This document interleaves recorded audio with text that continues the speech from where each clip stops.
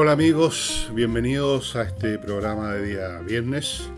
A veces sale jueves en la noche, pero en fin, día viernes, que está auspiciado por Ángel Hey, corredor inmobiliario muy rápido, muy efectivo. Por si usted tiene algo parado por ahí, un arriendo, una venta, póngase en contacto.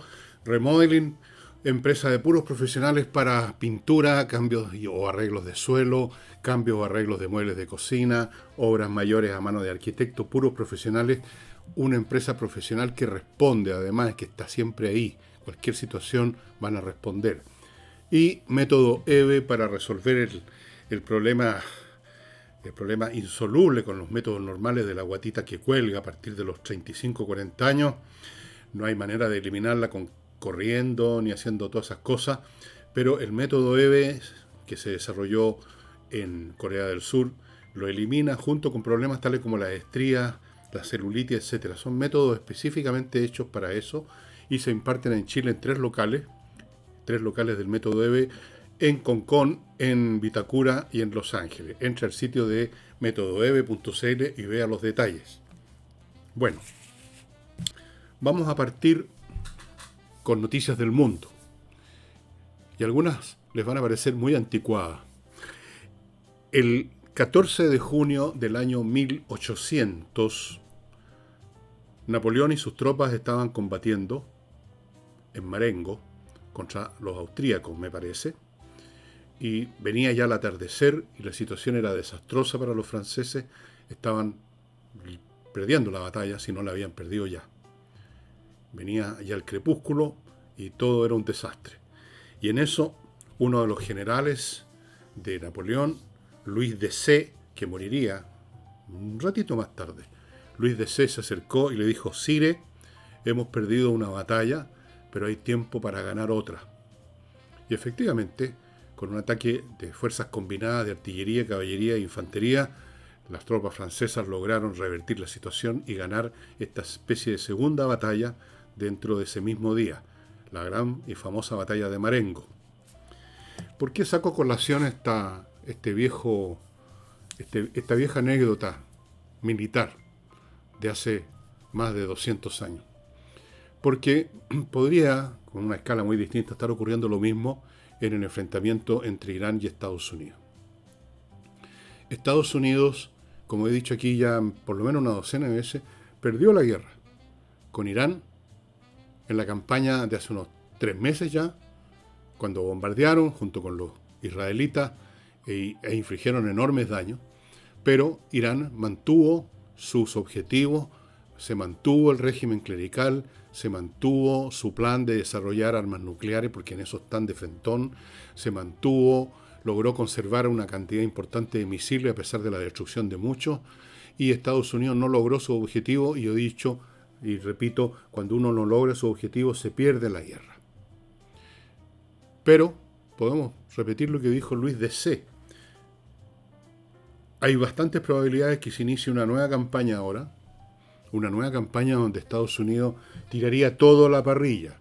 Ya no se pondría límites en cuanto a la cantidad de fuerzas que emplearía, y podría ocurrir que en esta segunda campaña ganara. O sea, consiguiera su objetivo, no solamente destruir más, sino que consiguiera su objetivo y de algún modo Irán renunciara, o fuera obligado, más bien dicho, a renunciar al desarrollo de armas nucleares, tuviera que entregar el combustible nuclear que tienen purificado hasta el, no sé, hasta qué grado, pero ya iba a más del 60%, etc.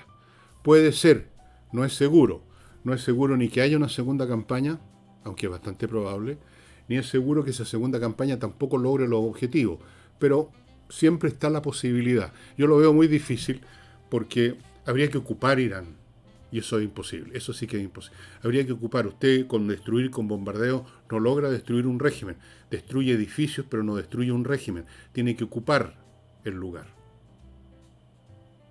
Así ocurrió en la Segunda Guerra Mundial, así ocurrió en la guerra contra Saddam Hussein, así ocurrió en todas las guerras. Usted tiene que ocupar, desplazar finalmente a los ocupantes del poder previo contra los cuales usted estaba guerreando. Pero todo es posible,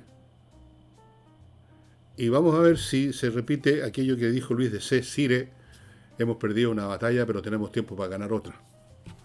Vamos a ver. En todo caso, la situación es muy complicada para Estados Unidos, pero también para Irán. Irán tenía como gran recurso estratégico el control, o más bien dicho, nunca tuvo el control propiamente tal, pero sí la capacidad de interrumpir la navegación por el estrecho de Hormuz por la amenaza de que podían dispararnos un dron o un cohete y hundirnos, hacer volar el barco. Entonces, bastaba con amenazar o con atacar un barco para que todos los demás que estaban esperando pasar por ahí no lo hicieran. Era casi fácil. Además, sembraron los iraníes el estrecho de Hormuz, toda esa parte, el Golfo Pérsico, de minas. Entonces, podríamos decir que tenían una especie de control, una especie de extorsión más bien.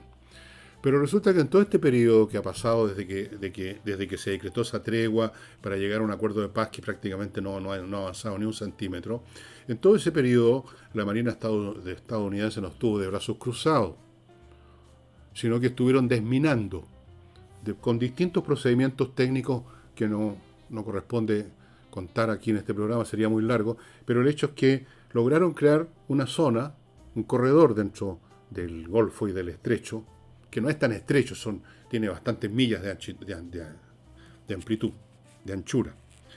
Y están ya navegando, no quizás en el mismo número que antes, pero están navegando, están pasando petroleros.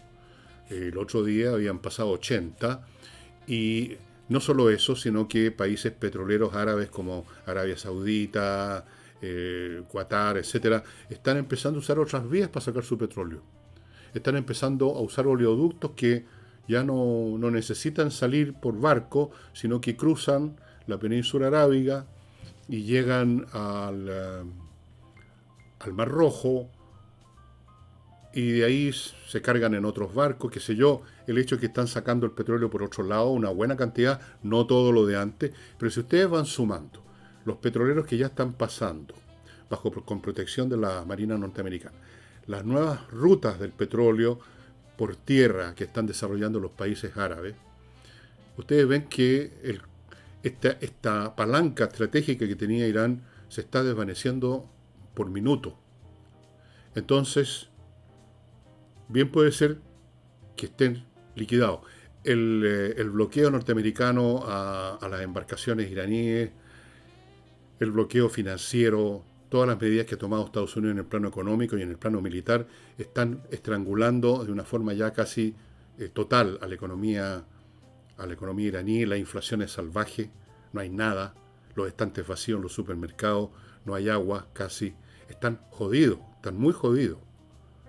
No es suficiente todavía para que la gente salga a arriesgar a que las maten en las calles, como ocurrió en esas protestas de hace unos meses atrás, pero la cosa, la bomba de tiempo está haciendo tic-tac, y la cuestión es, ¿qué se rompe primero? Si la decisión y la voluntad y la capacidad norteamericana de seguir ahí, o se rompe el sistema político iraní por este problema económico que es brutal.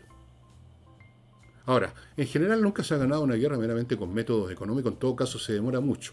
En la Primera Guerra Mundial, para información de los que no han estudiado esa guerra, Inglaterra estableció desde el comienzo de la guerra, ya a partir del año 14, 15, un bloqueo a distancia que se llamaba con su flota, para que no pudiera Alemania importar y exportar.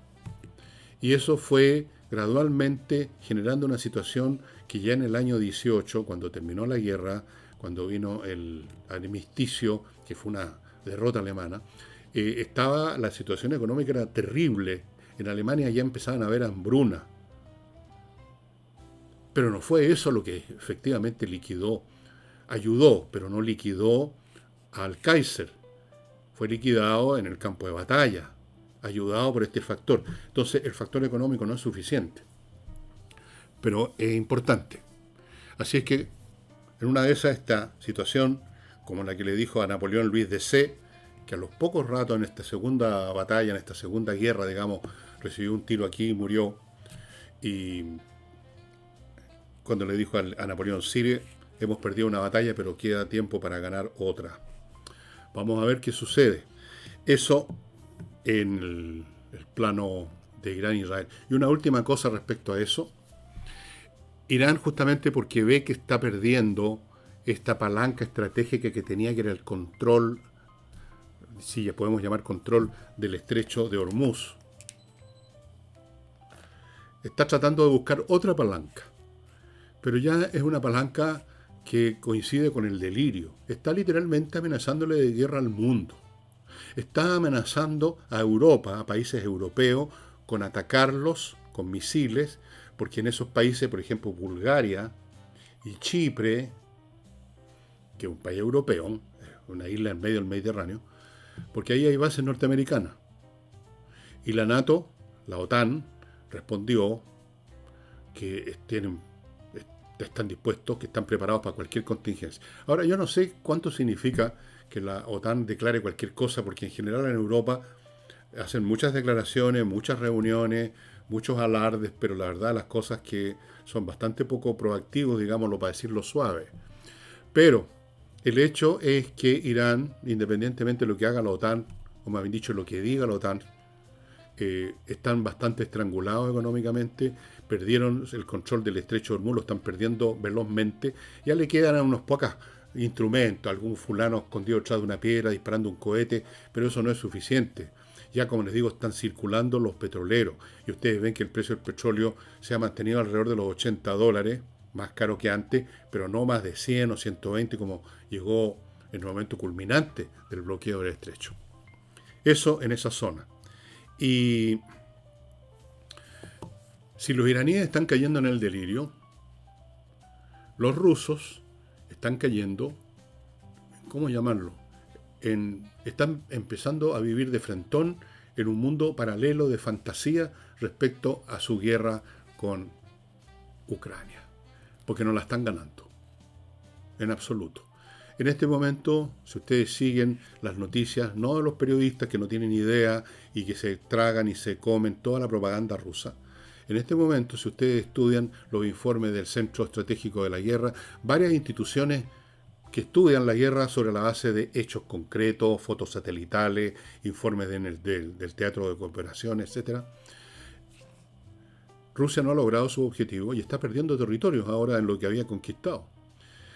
La propaganda rusa dice, por ejemplo, porque la máquina propagandística rusa es una de las pocas industrias que funciona, como era una de las únicas industrias que funcionaba en el sistema comunista.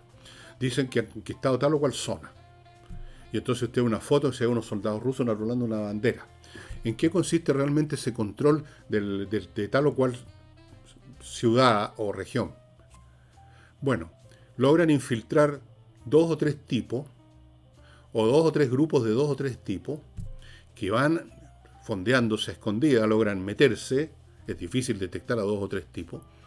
Entonces en un momento dado van a una plaza, un lugar reconocible de la ciudad que se supone que controlan los rusos, y ponen y enarbolan, y hay fotos, usted lo puede ver en internet. Entonces enarbolan la bandera rusa. A los 2 minutos salen arrancando de ahí porque ya están llegando los drones ucranianos a destruirlo. O los van a agarrar y los van a hacer que se rindan. Entonces esas infiltraciones con grupitos de 2 o 3 hombres no significan nada. No controlan nada. Usted no controla una ciudad con 2 hombres enarbolando una bandera. Han estado perdiendo los territorios que les costó miles y miles y miles y miles de bajas lograr entrar.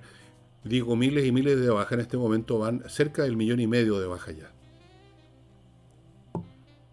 Están perdiendo la guerra. Les están destruyendo toda la industria petrolera. Hay unas estadísticas que vi un poquito antes de hacer el programa, donde se ve la curva hacia abajo. En este momento, Rusia es capaz de producir solo la mitad de lo que producía en combustible. Ustedes pueden ver en internet, pueden buscar en internet, en YouTube específicamente, videos tomados por propios rusos que están en sus automóviles y dicen, miren lo que pasa, tratan de echarle benzina a su auto y van por una carretera, kilómetros de autos detenidos esperando por horas de horas que les echen un chijetón de benzina. En toda Rusia hay restricciones en la venta de benzina. Les están destruyendo la industria petrolera, que es la gran fuente de ingresos de Rusia, que en ese sentido es como un país tercermundista, vive de la exportación de un producto natural, en este caso el petróleo. Están jodidos. Lamentablemente, el periodismo occidental trabaja a la virulí, se traga todo lo que la máquina propagandística rusa, y entonces la gente que no tiene cuidado y que cree todo lo que ve en letra de molde, como se decía antes, o en la pantalla del computador o del televisor, cree que los rusos están ganando. No están ganando. Están entrando viven en una fantasía. Estamos ganando. Porque además los de más arriba, específicamente Putin, recibe información falsa. Generales que no quieren que los tiren por la ventana, que no quieren que les sirvan un té con polonio radioactivo, y entonces informan de cosas que no son. El otro día, un alto oficial ruso informó de la toma de una ciudad ucraniana que no existía. Hacía años, mucho antes de la guerra, que ya no existía. Se había despoblado por alguna razón, no era nada. La habían tomado, ahí estaban enarbolando la bandera.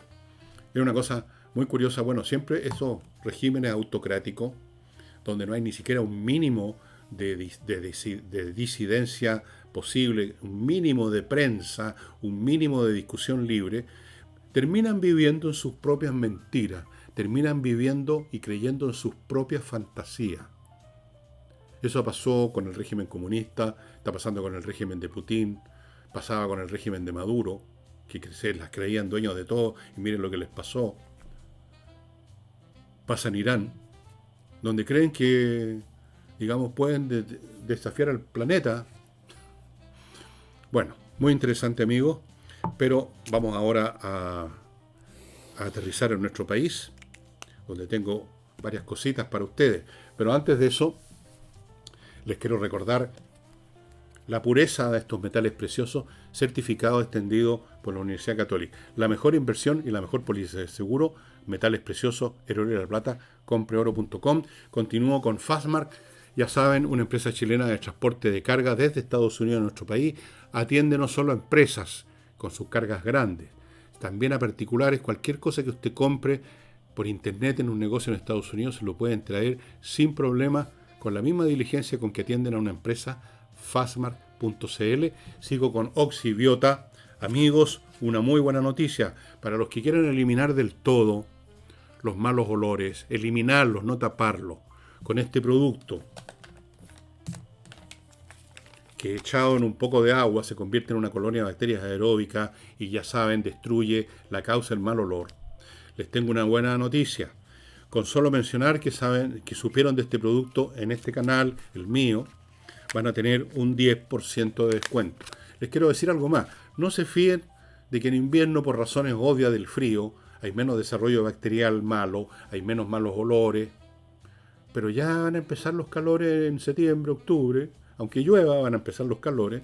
Y si usted no ha hecho nada ahora, lo que pasa es que la colonia de bacterias que producen la hedionde va a ser gigantesca. Va a ser un imperio bacterial y los malos olores son capaces de botar un caballo, de voltear un caballo. Entonces no se confíe, amigos, vaya adquiriendo este producto y vaya empezando a usar. Especialmente en aquellas zonas donde inevitablemente se van a producir de la noche a la mañana. Esto es muy rápido. Y ya sabe, diga que supo de esto aquí en el villegas.cl y va a tener un 10% de descuento, amigo. No se confíe. No espere que las cosas ya sean más difíciles de combatir. Bien. Y no olviden el flamenco, amigo. Si ustedes quieren tener un número precioso en su cumpleaños, en su boda, o en la reunión de la empresa con los clientes, o en un evento de una organización con la gente que trabaja ahí, o es un restaurante, flamenco, usted puede obtener un conjunto maravilloso poniéndose en contacto con flamencas.cl. Ahí está el sitio donde usted se contacta con quienes le van a organizar un evento sin que usted tenga que molestarse con nada. Ellos ponen todo el equipo, el tablado donde bailan, el equipo de música, la amplificación, todo. flamencas.cl. Bueno, a propósito que la reforma constitucional que pretende el gobierno para fortalecer su plan de seguridad,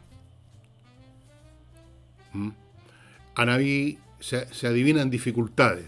Se adivinan dificultades para obtener los votos necesarios y por consiguiente, al parecer, alguien o algunos en La Moneda están barajando la posibilidad de que eventualmente se le preguntara a la gente con un plebiscito si se sigue con esto de la reforma constitucional, que consiste simplemente en decir, entre otras cosas, que los gobiernos tienen la obligación constitucional de proteger la seguridad de los ciudadanos.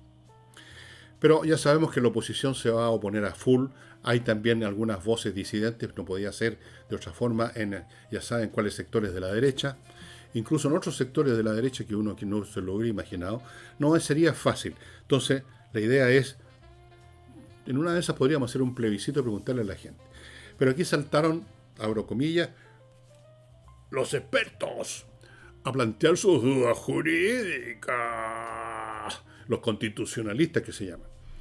Y dijeron que, momentito, los plebiscitos, para llevarse a cabo, requieren ciertas condiciones específicas. Específicamente lo siguiente. Supongamos que el Congreso aprueba un proyecto X que al gobierno le parece que no. Entonces el gobierno presenta un veto. Entonces, ¿qué pasa? El Congreso vota de nuevo. Insiste con una mayoría X. Creo que son 2/3. El gobierno quiere seguir rechazando esa proposición que viene del Congreso, desde el Congreso a La Moneda, para que se convierta en ley. Y entonces allí, en esa instancia, se puede llamar a un plebiscito para que el pueblo decida no o sí, en el sentido de aceptar o no la proposición, la ley aprobada en el Congreso. Pero no puede ser al revés. No puede ser que se use el plebiscito para evitar un rechazo del Congreso. Se puede usar el plebiscito para evitar una aprobación del Congreso de algo que al gobierno no le gusta, pero no se puede usar un plebiscito para saltarse un rechazo del Congreso. Eso es lo que dicen los constitucionalistas. Y puede ser que tengan razón. Evidentemente, si la Constitución dice eso, dice eso. No hay nada que discutir. Pero yo creo que estos plebiscitos ya se han celebrado y se celebran todas las semanas con las encuestas de opinión. Si no cabe ninguna duda de que el 80% del país o más, salvo los porfiados de la izquierda, salvo la barra brava de la izquierda, quieren que se fortalezca la seguridad. Y si eso pasa por alguna reforma constitucional, no me cabe ninguna duda de que son favorables. O sea, si hubiera un plebiscito formal, jurídico, yo creo que el gobierno ganaría por pateadura, por zapatería, como dicen.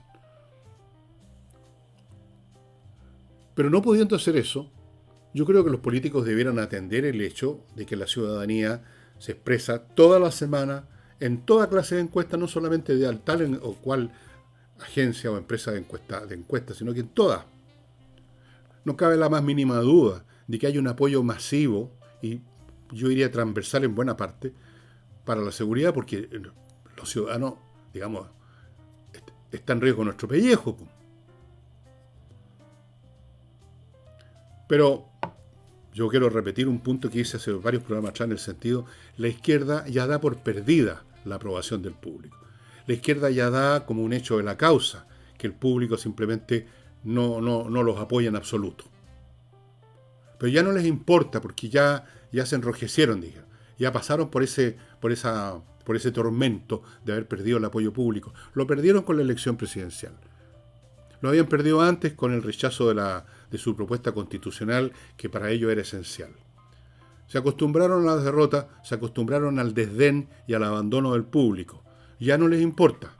La cuestión es que, teniendo voto en el Congreso por elecciones que se celebraron en otro periodo histórico de Chile, tienen gente en el Congreso para rechazar cosas que no les gustan a ellos, y lo van a hacer, independientemente que el 100% del país dijera: ¿hasta cuándo? Joden, dejen que el gobierno haga lo que tenga que hacer para la seguridad. Pero a los políticos que ya han pasado por esto de aceptar que el público no los quiere, bueno, dicen: bueno, no importa, tenemos los votos en el Congreso. Ahí nos vemos las caras. Ahora, es esencial esta reforma constitucional para el tema de la seguridad. No puede el gobierno reforzar enormemente la seguridad, perseguir al crimen sin una reforma constitucional? Yo creo que sí. La reforma constitucional habría servido, las reformas que quiere el gobierno, habrían ayudado, habrían empujado más, pero eso no significa que sin esa reforma no se pueda hacer nada. Se puede hacer bastante, se puede hacer mucho, y de hecho lo estamos viendo que se hace. Hemos visto en estos últimos meses, los meses que lleva este gobierno, que se han desarticulado un montón de bandas, que se han tomado un montón de acciones que antes no se habían tomado o se habían tomado en menor número. Se pueden hacer cosas. Se puede perseguir a los crímenes con los instrumentos actuales. Pero obviamente que habría sido preferible, sería preferible, contar con aún más instrumentos. Vamos a ver qué decide el gobierno ante esta situación, si el Congreso la rechaza, porque tampoco eso es 100% seguro que vaya a ocurrir cuando lleguen los momentos de las votaciones. ¿Tiene recursos el Ejecutivo para combatir el crimen? ¿Tiene recursos para reforzar los instrumentos actuales? Los tiene. Pero habría sido preferible, sería preferible contar con una reforma constitucional en los puntos que el gobierno quiere. Después de todo, estimados amigos, aquí la izquierda, para cosas mucho menos de vida o muerte, como literalmente el tema de la seguridad, estaban dispuestos a echar abajo no solo dos, estaban dispuestos no a agregar unos puntos a la Constitución, estaban dispuestos a demoler la Constitución entera. Acuérdense del proyecto constitucional en la primera oportunidad. Eso no era agregar un par de puntos, era destrozar todos los puntos importantes de la estructura política de este país. Se les olvidó, pero no se les olvide a ustedes. Bien.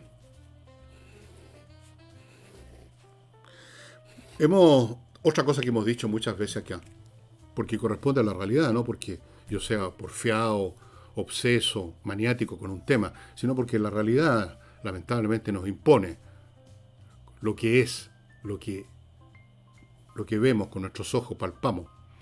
Y es, como he dicho, que allí donde se investiga, allí donde se mete el dedo, salta la púa en este país. Que la corrupción, que la indecencia, que el delito, que el desprecio de las reglas, que el afán de meter la mano en los cajones ha permeado a todo el país. No solo a tal o cual grupo político, a todo el país, a todos los sectores, a toda la gente. Ya hemos visto, no olvidemos, casos de corrupción, de traslado de droga en gente de las Fuerzas Armadas. Esto es un cáncer que se ha generalizado. Entonces, ¿qué es lo que se encontró ahora? La Fiscalía de Alta Complejidad Oriente incautó, está en el proceso de incautar toda clase de dispositivos y documentos en las oficinas de la Junta Nacional de Auxilio Escolar y Becas y en las oficinas del Congreso de congresales como el senador Sergio Gaona de la UDI y don Miguel Ángel Calisto, independiente, por presuntos delitos que incluyen cohecho, tráfico de influencia y fraude al fisco, nada menos. Entre los delitos o entre las situaciones que se han descubierto relativas, por ejemplo, a la Junta Nacional de Auxilio Escolar y Beca, hay una plata, 14.000 millones de pesos, que supuestamente eran para financiar raciones para colegiales, raciones de desayuno, me parece que eran, da lo mismo, para estudiantes colegiales de la zona centro-sur del país, que nunca se entregaron esas raciones. O sea, esa plata no fue para financiar raciones, sino que fue para financiar ciertos bolsillos. ¿De quiénes? ¿Cuántos están involucrados? Bueno, eso es lo que se está investigando. Se están incautando dispositivos electrónicos como computadoras, celulares, todo ese tipo de cosas para ver, porque ahora es ahí donde están los documentos, digamos, en este tipo de situaciones. O sea, vean ustedes, se incautaron estas cosas de las oficinas en el Congreso de estos caballeros que les mencioné. Ahora, en operaciones de este tipo, no son una o dos personas las que están metidas en el baile, porque se requiere la colaboración de gente en distintas posiciones. O sea, donde se mete el dedo investigativo, salta la púa, estimado amigo. El cuerpo entero está purulento. Esto no es meramente resultado, seamos objetivos, esto no es meramente resultado, esto no se inventó en el gobierno Boric. En el gobierno Boric vimos muchas cosas, y algunas se agudizaron en el gobierno de Boric, pero esto viene de atrás, la verdad. Incluso ni siquiera tiene que ver específicamente con los gobiernos directamente, solo indirectamente, por faltas de controles, por faltas de energía para tomar medidas, por la política en general, que ha estado reacia, por los temas que vienen. Miren, el origen es el gobierno militar. Entonces, así se ha sido reacio a muchas medidas que parecen muy duras, que ni siquiera se atreven muchos a postular o a proponer. Y entonces en ese cuadro de que todo era represivo, de que había que tener cuidado con eso, todos preocupados más bien de impedir que hubiese demasiada presión o demasiada vigilancia o demasiada acción policial o demasiado resguardo o demasiadas sanciones, y siempre hubo esa mentalidad, acuérdense ustedes, que si agravar una pena no, porque eso es represivo. Se estaba en esa atmósfera, y en esa atmósfera cundió la indecencia, el delito, porque se sintió que había un ambiente de impunidad, pues. Cuando usted se debilita la voluntad de sancionar y de buscar y de registrar y de examinar lo que se está haciendo, cuando se empieza a aflojar eso, evidentemente aumenta el delito, aumenta la indecencia y aumenta el descaro y aumenta la corrupción, porque empiezan a sentir todo, parece que la están dando, pues. Parece que en este clima de miedo a la represión y no de miedo al crimen, metamos manos en los cajones, pues. Y esta vez no me olvidé, el libro Roma, un viaje inmóvil, los está esperando muy inmóvil en elvillegas.cl/tienda para que lo adquiera, ya sea solo o acompañado por otros libros, pack muy conveniente, el precio es para la risa. Usted se lleva este libro y otros, lo que usted quiera, porque hay packs distintos, diferentes acompañantes de Roma, un viaje inmóvil, que es lo más entretenido, informativo, divertido. Este país está, digamos, como para meterlo en una máquina lavadora, entero, con soda cáustica. Yo lo encuentro muy lamentable, y ustedes también lo encuentran muy lamentable. Y ahora, yo temo, y lo he dicho también, de que cuando la indecencia, el crimen, la corrupción pasa a cierto umbral, es muy difícil combatirlo, porque si pasó a cierto umbral, por definición eso significa que también ha contaminado a los que tenían que controlar. O sea, el instrumento mismo. Bueno, es lo que ocurre, por ejemplo, en los países donde domina el narcotráfico, donde las policías, las Fuerzas Armadas están metidas en el asunto ya. Entonces, ¿quién va a venir a controlar, a sancionar, si los mismos sancionadores están en el negocio, digamos? ¿El arcángel San Gabriel va a llegar a Lionés con los intocables? No.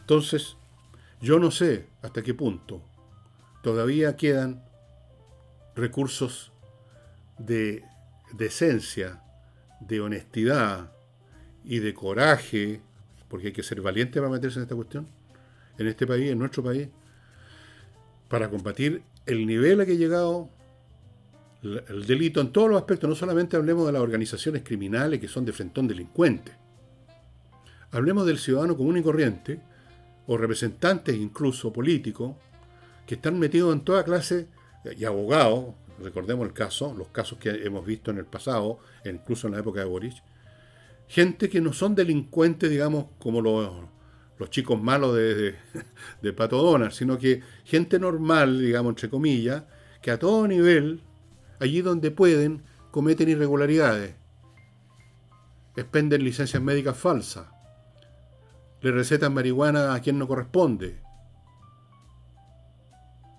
participan en el desfalco de tal o cual institución pública, como esto que está investigando ahora, y tantas otras cosas que hemos visto. Y esto se ha ido acelerando.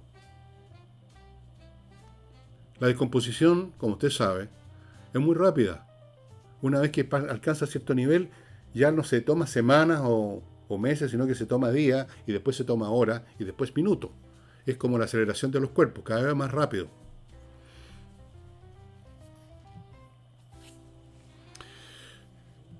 Se está tratando de luchar, pero yo no sé si los recursos son suficientes.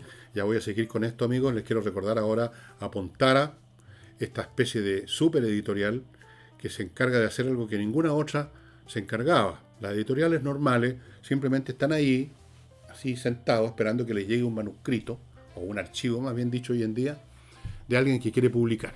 Entonces, en una de esas, si es que se la pasan a alguien para que la lea, y al cabo de 8 meses le dicen al autor 99 veces 100, no, mire, la frase típica es, no está en nuestra línea editorial. A lo mejor lo están rechazando porque es pésimo el libro, o realmente no está en su línea editorial, y eso le pasa a todos los escritores, le ha pasado a todos miles de veces. Bueno, Pontara hace otra cosa, ayuda al que tiene ese archivo, o incluso que no tiene el archivo, sino que tiene un libro en su cabeza, pero no sabe cómo concretarlo, los ayuda a que se convierta en un archivo, que el archivo sea revisado y que eventualmente se convierta en un libro y el libro se publique. Todo el proceso que va desde la idea en la mente hasta un libro en una librería, Pontara. Y para que usted conozca más de Pontara, entre al sitio pontara.cl.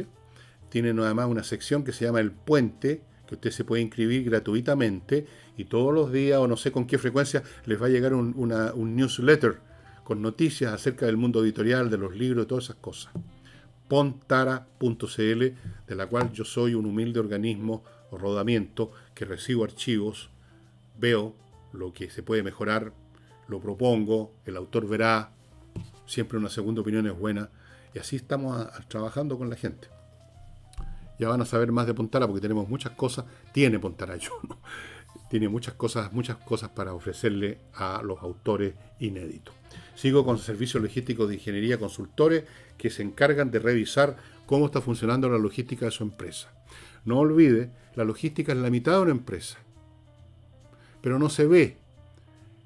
Si hay un problema financiero, se refleja en los libros de contabilidad. Son cosas que digamos que aparecen a la vista. Pero si una parte de su logística está fallando y, por ejemplo, el camión de reparto no está entregando a tiempo y el cliente se molesta y ya no le encarga más, esas cosas no aparecen en un libro. Y entonces muchas empresas funcionan con una logística que está, digamos, que está mal, porque está con una pata chueca, que no caminan bien, pero todavía caminan a media y creen que eso es lo normal y la verdad es que están trabajando mal. Y están perdiendo plata, están perdiendo clientes. Eso le pasa a todas las empresas, incluso si partieron muy bien, pero las cosas se aflojan, se guatean. Póngase en manos de estos ingenieros de SLI Consultores, van a revisar la logística. Si hay algo que está funcionando mal, se lo van a decir, le van a ofrecer un modelo alternativo más sólido, más fuerte, y le van a buscar el personal para que lo gestione. El paquete completo, amigo. Sigo con AutoWolf, una empresa muy original que realmente le ofrece todo al automovilista. Tiene usted su carrocería fea ya, con abollones, descolorida, con topones por todos lados. Mándele las fotos de esas cosas que a usted le gustaría reparar a AutoWolf, a la dirección de ellos. Ellos van a ver, le van a dar un presupuesto. Usted no se ha movido en su casa, cómodo. Le dicen, esto es lo que costaría dejarlo como nuevo. Usted acepta el presupuesto, vienen a su casa y frente a sus ojos en 24 horas dejan el auto como nuevo. Si no puede ser en 24 horas porque el auto está demasiado estropeado, se lo llevan, usted todavía no se molesta, ellos se encargan de llevárselo y en 2-3 días ya está listo, no 2-3 semanas o más. Vaya usted a un taller común y corriente de desabolladuría, ¿cuánto tiempo está ahí el vehículo? Se eterniza. En 2 o 3 días se lo traen al lugar que usted pide, usted todavía sigue sin moverse de su escritorio o de su sillón.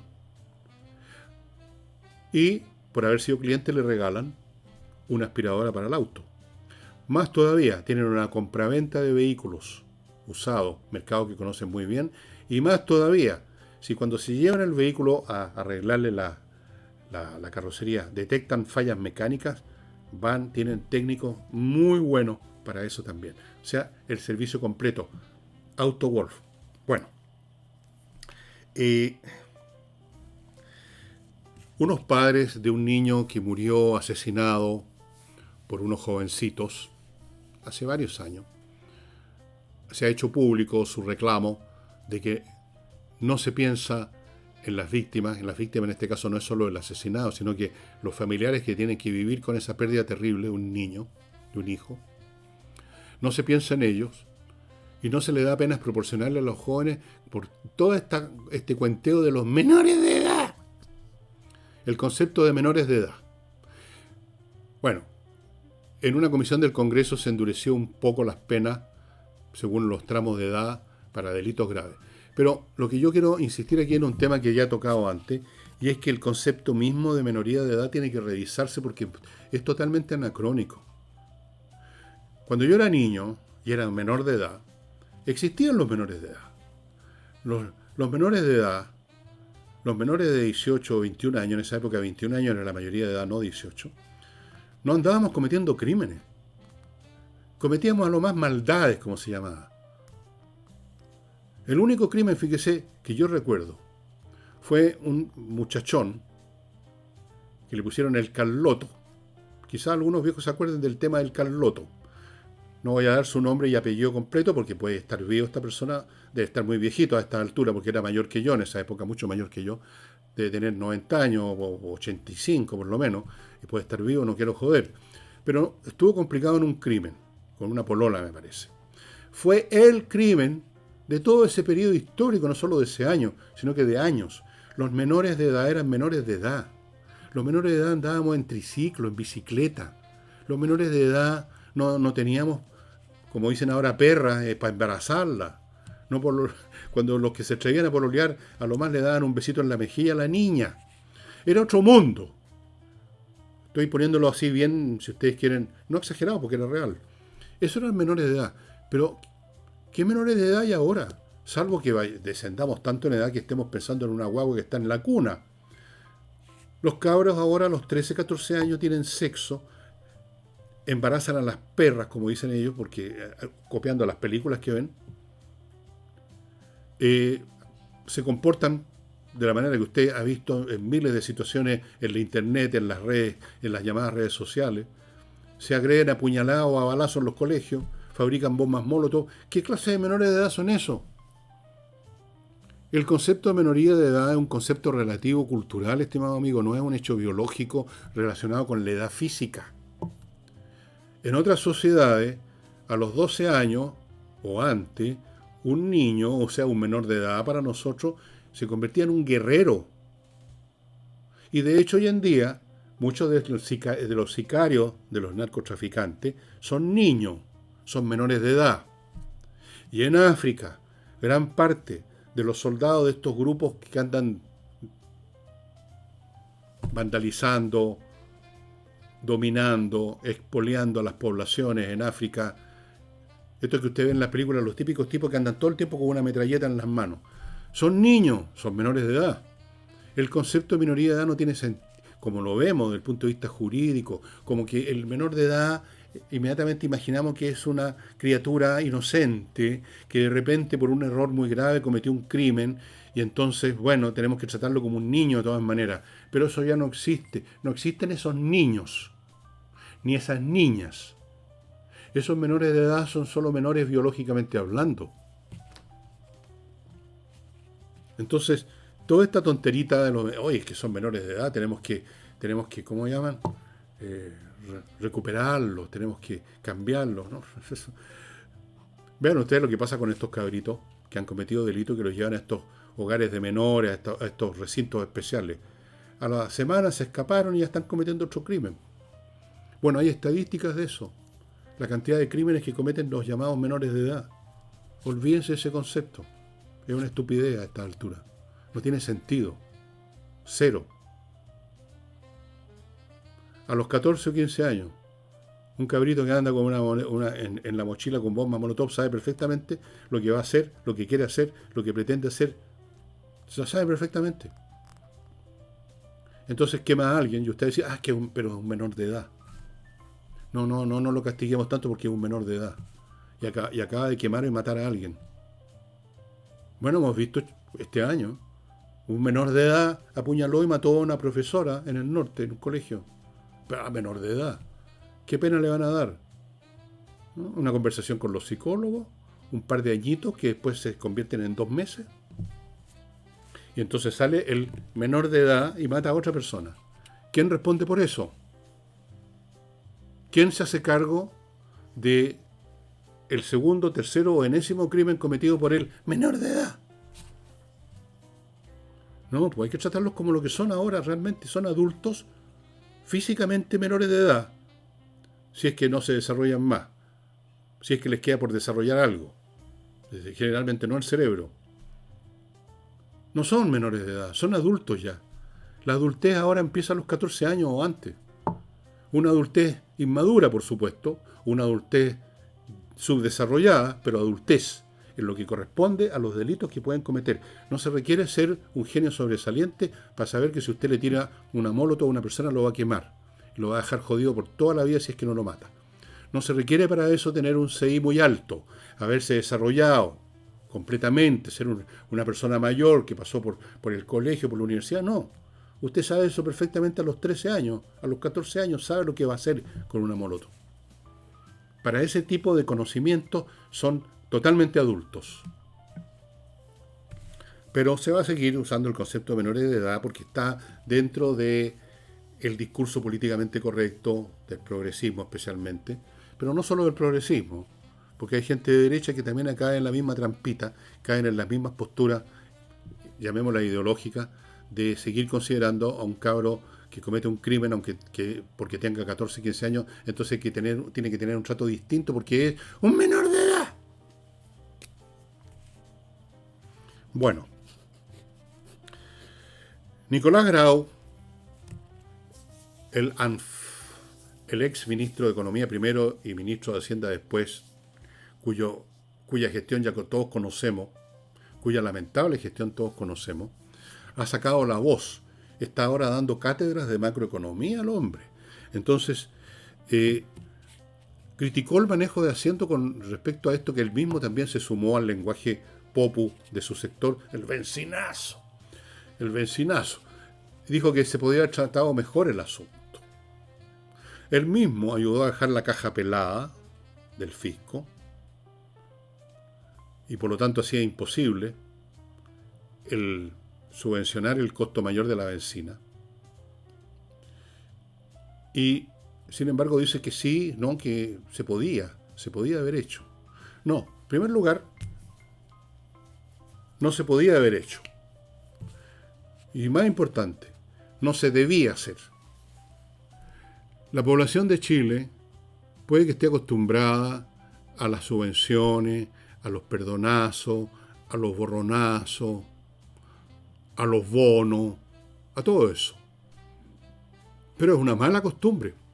Están acostumbrados, pero es una mala costumbre. Que cuesta mucho dinero. Que luego repercute, porque ese dinero que se gasta en una cosa no se puede gastar en otra, que puede haber sido algo mucho más importante para ese mismo pueblo. Ese mismo pueblo chileno que se acostumbró mal a que el Estado les esté todo el tiempo ayudando a pagar sus cuentas, digamos. Y entonces Grau además habló de que esto perjudicaba a los más vulnerables. ¿Cuáles son los más vulnerables? La señora que llega a la bomba de encina con uno de estos monstruos gigantes, con un tremendo morro, esos vehículos gigantescos, esas camionetas que parece que hay que subirse con una escalera arriba, de 40 palos, con un motor V8 o algo así, de 200 o 400 caballos de fuerza, de 5 litros de capacidad. ¿Esos son los vulnerables? Esos son los que gastan más en benzina. El que tiene un auto, el que tiene un vehículo motorizado, yo no sé cómo lo puede calificar de vulnerable. Los vulnerables, los más vulnerables. El señor Nicolás Grau debiera quedarse callado, pero ya sabemos que no se quedaron callados. No se quedó callado el señor Boric, no se quedó callado la señora vocera, ¿no es cierto? Tan monona ella, ¿no? No se ha quedado callado ninguno, no se ha quedado callado Marcel, ahora no se quedó callado Nicolás Grau. Desde el primer día empezaron a vociferar. No tuvieron la mínima decencia y prudencia de quedarse callados. Andan insultando incluso. Y Grau, que debiera estar avergonzado en un rincón, hablando de macroeconomía, se les olvidó, parece que se les olvidó la macroeconomía, dijo. A él no se le olvidó, a Grau. No se le olvidó porque nunca la tuvo. No podía olvidar algo, no se puede olvidar algo que nunca estuvo adentro del cerebro. Bueno, para la risa. Ahora un tema más general, si ustedes quieren, que quiero tratar con ustedes porque es muy interesante, es algo vinculado, muy vinculado con el desarrollo de la inteligencia artificial, pero que es otro aspecto de la inteligencia artificial bastante más vistoso, por definición vistoso, como ustedes van a ver. Pero antes, amigos, permítanme recordarles, entre otras cosas, esto. Miren la botella especial. Este es un vino tinto, Alta Cima 6330, no sé qué significa exactamente eso. Este es un vino Gran Reserva del año, wow, 2002.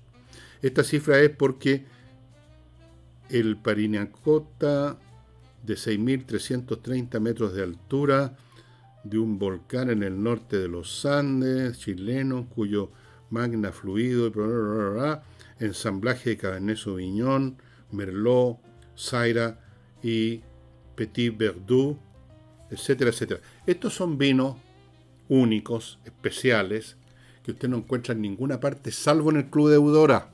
Usted se hace socio del Club de Eudora y todos los meses recibe una caja con varias botellas de vino, todas distintas dentro de esa caja, y luego todas distintas las cajas entre sí.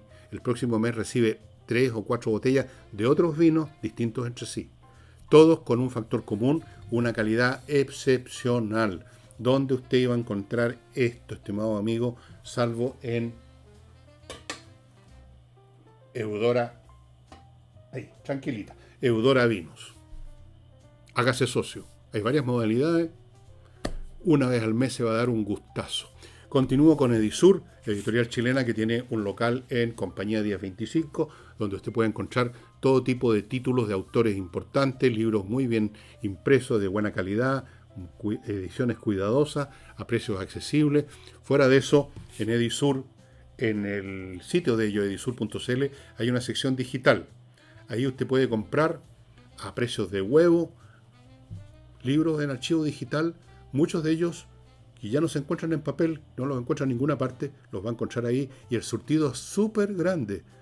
No crean ustedes que estamos hablando de 4 o 5 titulitos, que los poemas de amor de Neruda y todas esas cosas habituales. Libros realmente interesantes. A mí me sorprendió cuando entré a echar una miradita. Continúo con La Bollería, una empresa de banquetería muy eficiente, muy rico lo que preparan, muy bien organizado. Conozco a la dueña, conozco al esposo de la dueña, son viejos conocidos de nuestra familia, y si usted tiene que organizar un banquete, que es un cacho, póngase en contacto con ellos en Instagram, @labolleriapirque.